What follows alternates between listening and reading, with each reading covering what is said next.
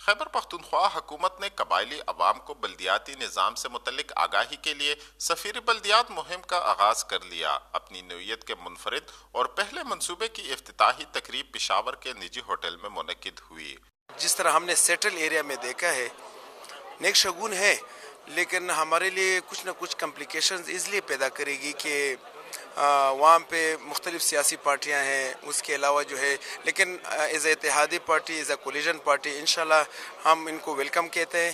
120 مرد و خواتین پر مشتمل سفیر بلدیات اپنے اپنے علاقوں کی سطح پر مہم چلائیں گے۔ افتتاحی تقریب سے خطاب کرتے ہوئے مشیر بلدیات کامران بنگش کا کہنا تھا، مقامی سطح پر عوام کی زندگی میں نمایاں بہتری لائیں گے۔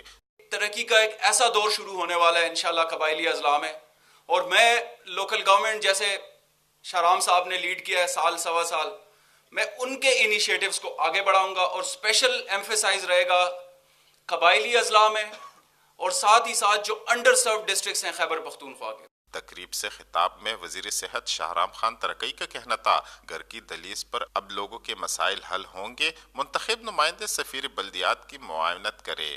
اب ان کو کسی کو نہیں دیکھنا پڑے گا، نیچے گراس روٹ لیول پہ پہلی دفعہ ایک لوکل گورنمنٹ سسٹم آ رہا ہے۔ یہ تحریک انصاف کی پرائم منسٹر کی ویژن کے مطابق ہے کہ ان کو ہم گراس روٹ لیول پہ امپاور کریں، اور ان کے چھوٹے چھوٹے مسائل کے لیے ادھر ان کو اختیار دیں، ان کو فائنینشیل اٹانومی دے، ان کو ایڈمنسٹریٹو اٹانومی دے، ان کو 30% ترقیاتی بجٹ جائے، اور وہ ڈائریکٹ ان علاقوں کو جائے، اور یہ اپنے فیصلے خود کریں۔